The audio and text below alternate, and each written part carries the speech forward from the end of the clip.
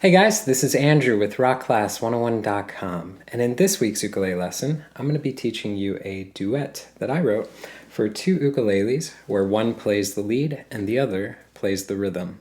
Now I thought we'd talk for a few minutes about how I composed this song because it's kind of an interesting one. Now, I recently finished watching the entire series of Mad Men. If you haven't seen it, give it a watch. It is an awesome show. Now, I'm going to drop a major spoiler, so if you are going to watch the show, you probably want to fast forward this video about a minute so it doesn't ruin anything for you. But for those of us who have seen the show, we know that the main character, Don Draper, is not really Don Draper. He was born Dick Whitman, and later in life he assumed the identity of Don Draper. Now, throughout the show, we get a glimpse into Dick's upbringing, and we find out that Dick Whitman couldn't be further away from Don Draper. They are literally polar opposites. Metaphorically speaking, it's kind of like a quarter. On one side, you have heads. You flip it over, the other side, you have tails. Two polar opposites, but they're found on one coin. Now, how this all ties into the composition? Well, I wanted to write a tune where the A melody represented Don Draper. I wanted it to sound confident. And then I wanted to write a B melody that represented Dick Whitman. I wanted that one to sound like it was questioning itself. But when you play it back to back to back, so melody A to melody B, back to melody A, it had to sound like one song, not two. So that's why I decided to call this tune Duality. I felt like it was a really fitting name, and it did a good job of representing Don versus Dick.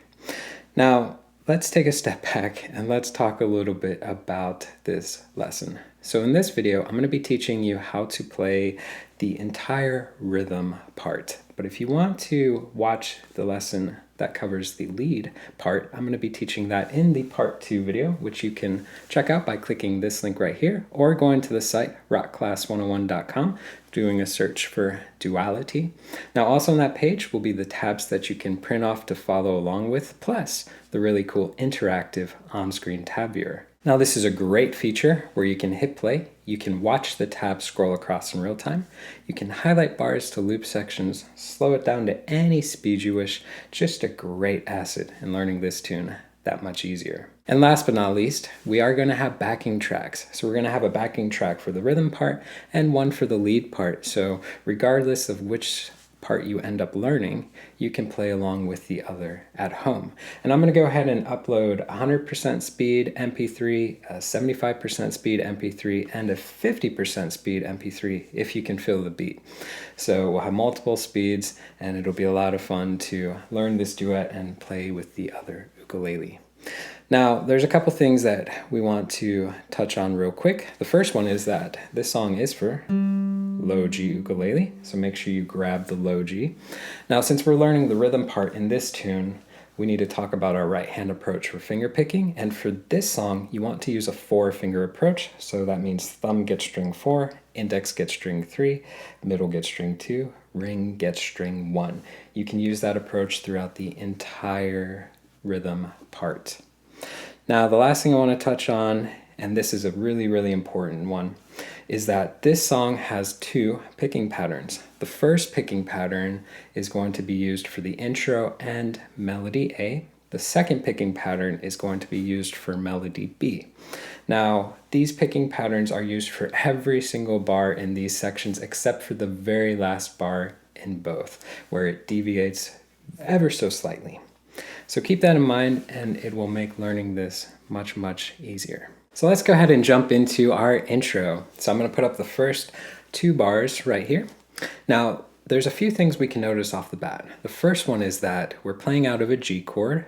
The second thing, if we look at it rhythmically, all 8th notes. So we want to keep everything nice and steady and evenly spaced.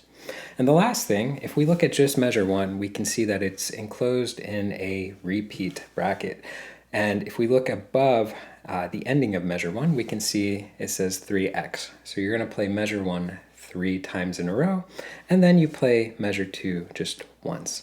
So that means our intro is technically 4 bars in length. So let me go ahead and play through it. Remember, it's the same picking pattern.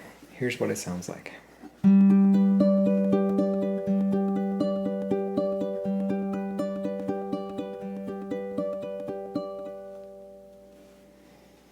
Okay, so sounding really nice and pretty. Let's go ahead and learn how to make this G chord.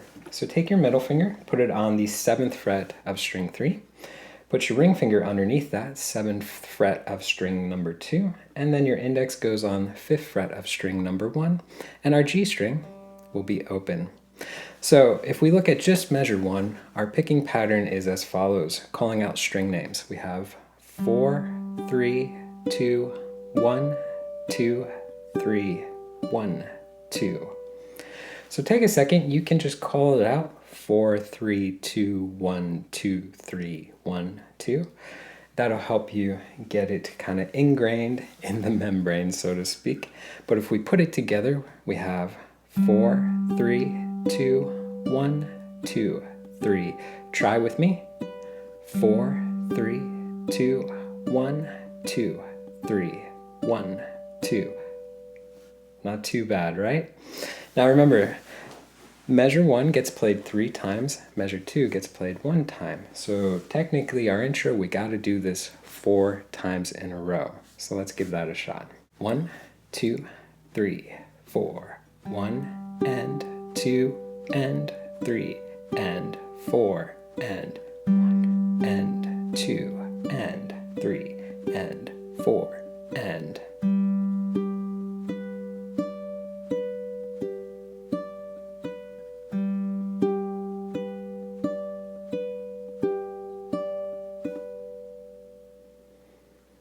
Not too bad so far, right?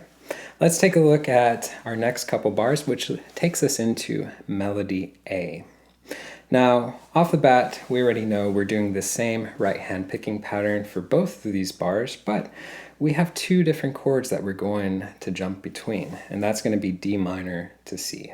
So to make D minor, we're going to take our index finger, put it on 7 on string 4, ring goes on 9 on string 3, pinky is 10 on string 2, and middle finger goes on 8 on string 1. So just go ahead and take a second to strum through that or pluck through it. Make sure every single note is ringing out. And let's go ahead and look at how to move to the next chord. So I want you to lift these 3 fingers up and just move the index down to 5 on string 4. Take the middle, put it on 7 on string 3. Take the pinky, put it on 8 on string 2, and the ring goes 7 on string 1. And this takes us to a C chord. So again, take a second just to strum through everything, make sure it sounds really nice and crystal clear. And you can actually hit pause on this video and just practice going from the first chord to the second chord, making sure you have the muscle memory down to form these shapes and get everything ringing crystal clear. When you feel comfortable with that, let's go ahead and take a look at what these 2 sound like back to back, which is this. And as I play this, I want you to watch my left hand. See if you can notice something that I do as I go into measure 4, into that C chord.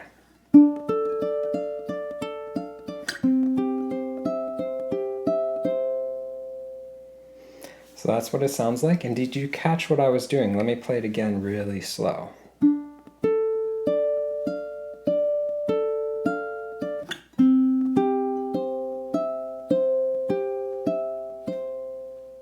So I was literally adding 1 finger at a time. So I'm not making this entire 4-finger chord shape on beat 1 of measure 4.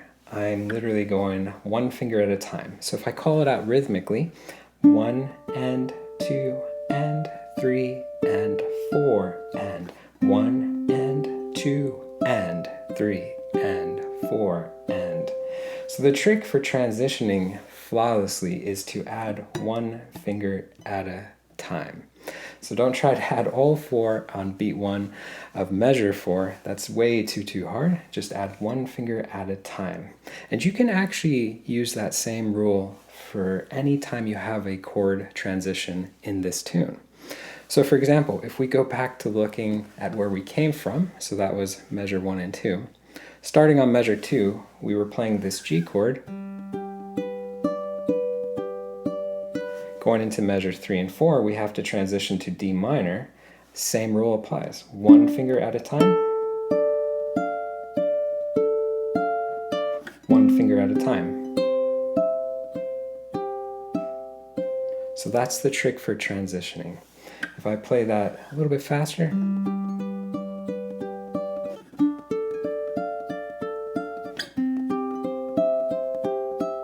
you can see it happening in real time. So keep that in mind. It'll make transitioning super easy throughout this tune. Let's do this. Let's see if we can play measure 3 into measure 4. And let's do it this way. Let me play it once, and then you come in and play it with me the second time. So it sounds like this.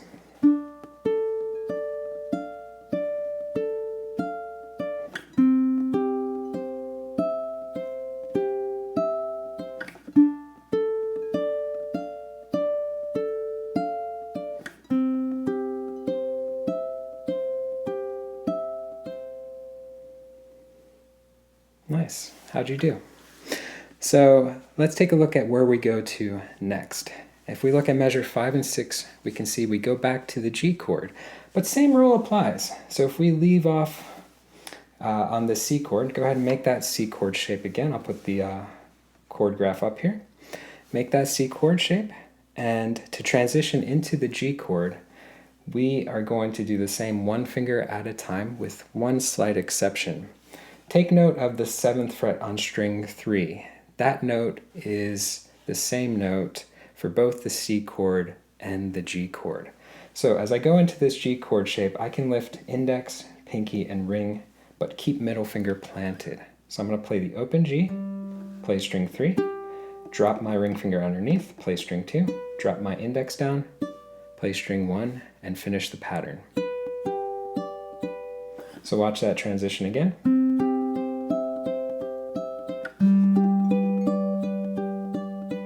That's going to be the easy way to go C to G. Okay? Now, the rest of this measure 5 and 6, they're just playing out of the G chords, the same stuff we did for the intro of this tune, so we can go ahead and skip a play along for these 2 bars. But take a look at what happens at the end of measure 6. We see a repeat sign. We also notice that measure 5 and 6 are enclosed in a bracket which says ending number 1. So when you finish measure 6, you're going to jump back to the start of melody A, which is D minor to C.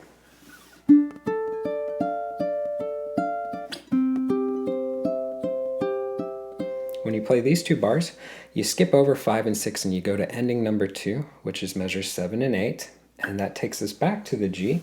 So measure 7 is actually the same picking pattern,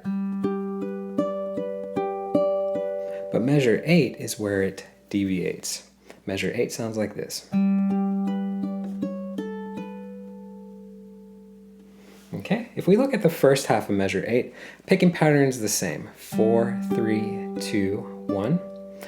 But here's where it changes. Take that index finger, drop it down to the 4th fret of string 1, play that note, give me a pull off to the open A, and then play string 2. So try to keep these 2 fingers anchored just to help the sustain of the chord ring out. So we have 1 and 2 and 3 and 4 with me. Let's see if we can loop this a couple times.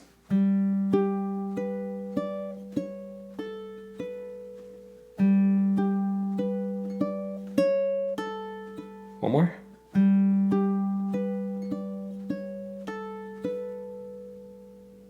Nice. It's a little tricky with that stretch of the index finger, but not too bad. Now, let's get rid of all this tab. So we want to think about the form of the song so far. We have intro and melody A. Our intro was the G chord 4 times. 2, 3, 4. Then we go to melody A. We have D minor, C, back to G 2 times. Repeat melody A, back to D minor, C, G, and the alternate ending. And that's everything for the form of the song so far. So let's do a play along with Evan. And we'll do the play along with him playing both parts so you can feel like you're part of the band. I'm going to keep it at 100% speed, but if you need to slow it down, feel free to use the cog in the YouTube player to pick a speed best suited for you.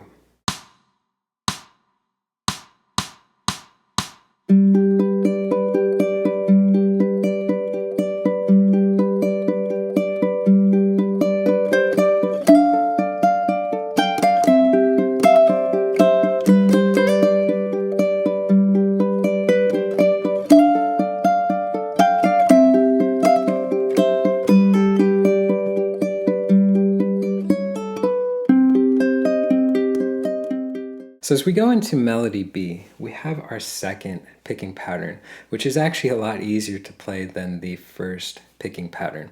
So let's take a look at these first two bars. Now, the chord that we're going to be playing out of is a C minor. It's going to be very familiar because it's the exact same shape as D minor. We are just going to be down a whole step. So to fret this chord, go ahead and take the index, put it on 5 of string 4, ring goes on 7 on string 3, pinky is 8 on string 2, and your index goes on 6 on string 1. So go ahead and play through that, make sure it rings out. Now here's our picking pattern, super easy. 4, 3, 2, 1, 4, 3, 2, 1. It's that easy. So let's just go ahead and play measure number 9, which is the first one we see on the screen right here. I'll play it once, you come in and play it with me.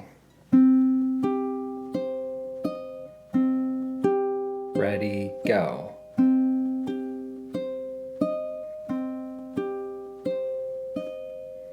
Nice. If you look at measure number 10, you're going to notice it's exactly the same. So measure 9 and measure 10 are identical. So in reality, we're just doing that picking pattern twice. If we look at where we go next, so this is measure 11 and 12, we are going to go into an everyday F chord with one little variation. Take your pinky finger, add it to the 3rd fret of string 1. And go ahead and give me the exact same pattern. 4, 3, 2, 1, 4, 3, try with me. 4, 3, 2, 1, 4, 3, 2, 1. Now look at the second measure on this screen. You'll notice it's identical to the first. So again, we're just going to play this picking pattern twice, but this time out of F. Okay, let's see if we can do these 4 bars together. So we'll go 9, 10, 11, 12. 1, 2, 3, go.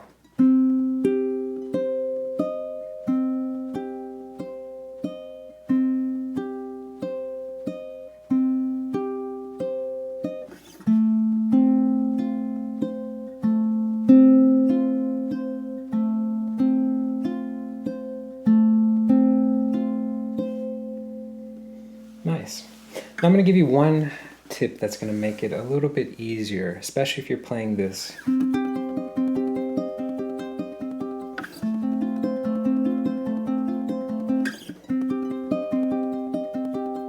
at a faster tempo. And that is, if we look at measure 9 and 10, if I put a red X on the very last note, I'm going to play that note as a muted pluck. And if I do that,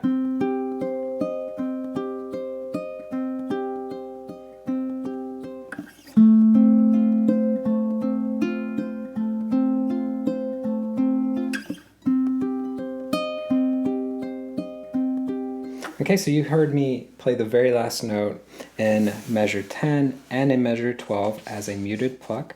That buys me more time to move my hand down to this chord and then back up to this chord.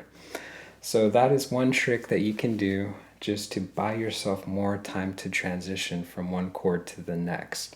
So it's always hard to grab every single note, so doing little tricks like that is an easier way to keep the timing steady and not worry so much about grabbing every single thing. So let's recap so far. We have measure 9, 10, 11, 12. At this point, you can see a repeat sign. We're going to go back to C minor, 9 and 10. Then we're going to jump over to ending number 2, which is going to be bar 13 and 14.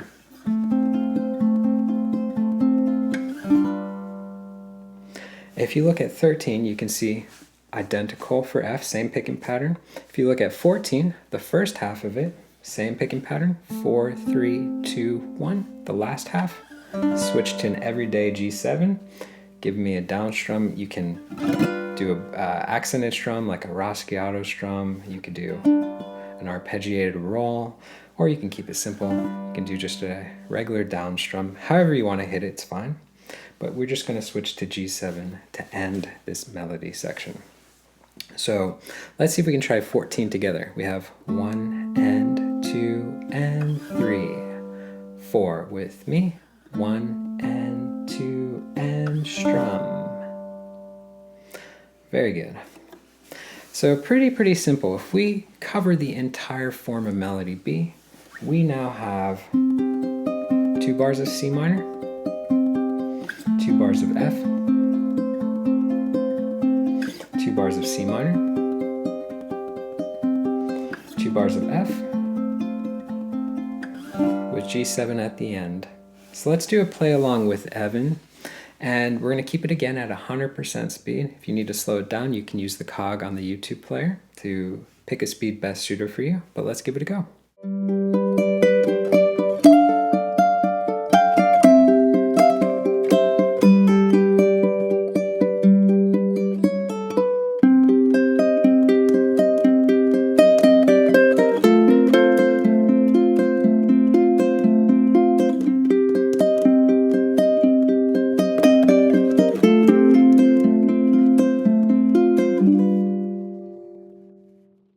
Now, at the end of melody B, you're going to go back to melody A. And when you go back to melody A, you're doing almost identical to what we learned throughout this lesson, with one little exception. Well, 2 little exceptions. The first is that the intro is only 2 bars instead of 4 bars. So you're going to play 2 bars of G, jump into D minor, C, 2 of G. Repeat, D minor, C, 2 of G. But this last bar of G is going to be measure 16, so it's going to sound like that. So you can see the first half, 1 and 2 and, so just picking straight down, same picking pattern. Then hit string 3, and you're done. 1 and 2 and 3, 4. So that's going to end the tune. So a slight little change for going back into the A melody. Again, you have 2 bars of G to kick off instead of 4, and then the very last measure, which we see on screen right here, is different than the last measure of melody A the first time around. So that's everything for this song, guys, at least for the rhythm part, because in the part 2 lesson, I'm going to be teaching you the lead. So if you want to watch that lesson and learn how to play the lead part, you can do so by clicking this link or going to the site, rockclass101.com, doing a search for duality. Now, also on that page were the tabs that you could print off to keep for your records, plus that really cool interactive on-screen tab viewer, so you can literally hit play, watch the tab scroll across in real time, highlight bars, loop sections, slow down, all that fun jazz. And last but not least, backing tracks. So I'm uploading a backing track for the rhythm part and one for the lead part. So regardless of which section you end up learning for this tune, you'll be able to rock out with the other player at home. And I'm uploading 100% speed, 75 and 50% speed if you can feel the beat. So we'll have multiple MP3 speeds that you can download as well. So guys, I hope you enjoyed learning this rhythm part with me, and I look forward to seeing you in the part 2 lesson where I'll be teaching the lead. Take care.